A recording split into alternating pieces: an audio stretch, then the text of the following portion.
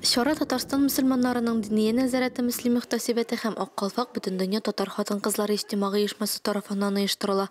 Муслимдә әлеге акция 3нче ел рәттән елга 2 тапкыр үтә.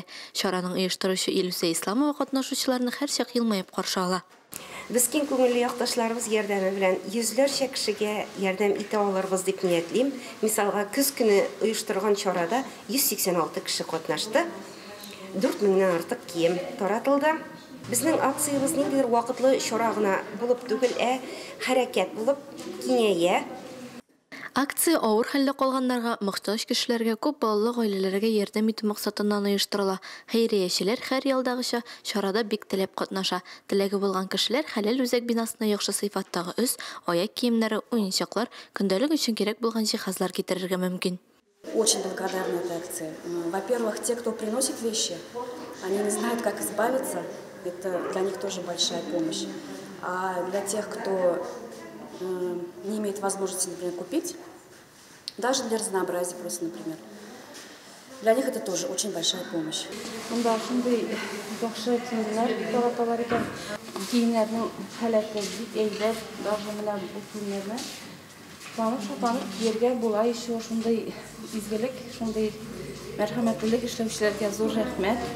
Он 15-16 май көннәрендә кулланышта булган үз аяк киемнәре кабул ителсә, бу көннәрдә гаиләләр килеп кирәк әйберләрне сайлый ала.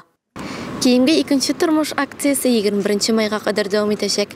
Киләсе шушындай акция көз көне булачак дип планлаштырыла.